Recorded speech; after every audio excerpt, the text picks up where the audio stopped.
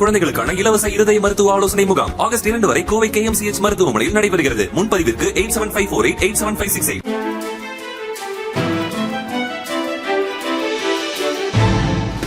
தட்டை, சீடை, முறுக்கு, ரிப்பன் பகோடா, அதிரசம் என்ன வேணாலும் செய்யுங்க. ஒரே ஒரு 5 லிட்டர் இதய மந்த்ரா கடல் எண்ணெய் பேக் ஒரு மாசம் முழுசுக்கும் அத்தனை சமையல முடிச்சு விடலாம். இதய மந்த்ரா.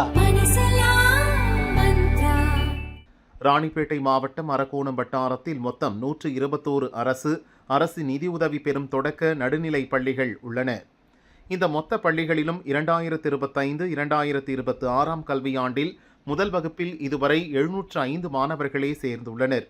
அதிலும் உள்ளியம்பாக்கம், கொளத்தூர், புதுகேசாவரம் மற்றும் கிழவனம் ஆகிய 4 ஊராட்சி ஒன்றிய தொடக்கப் பள்ளிகளில் ஒரு மாணவர் கூட புதிதாக சேரவில்லை என கூறப்படுகிறது.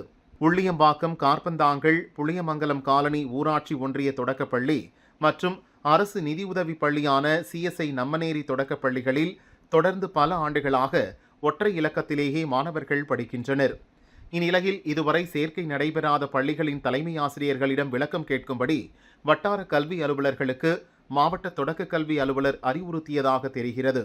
இதனால் சேர்க்கை நடைபெறாத மற்றும் ஒற்றை இலக்க மாணவர்கள் உள்ள பள்ளிகளின் ஆசிரியர்கள் தலைமை ஆசிரியர்களிடம் விளக்கம் கேட்டு வட்டார கல்வி அலுவலர்கள் நோட்டீஸ் வழங்கியுள்ளதாக கூறப்படுகிறது. குறிப்பிட்ட பள்ளிகளின் தலைமை ஆசிரியர்கள் தனி கவனம் செலுத்தி புதிய சேர்க்கை நடப்பதை துரிதப்படுத்தவும், ஒற்றை இலக்கத்தில் உள்ள மாணவர்கள் எண்ணிக்கையை ஈர் இலக்கத்தில் கொண்டு வரவும் அறிவுறுத்தப்பட்டுள்ளது. மாதந்தோறும் பல லட்சம் ரூபாய் அரசு வரிப்பணம் விரயமாவதை தடுக்க வேண்டும் என கல்வியாளர்களும் சமூக ஆர்வலர்களும் கோரிக்கை விடுத்துள்ளனர்.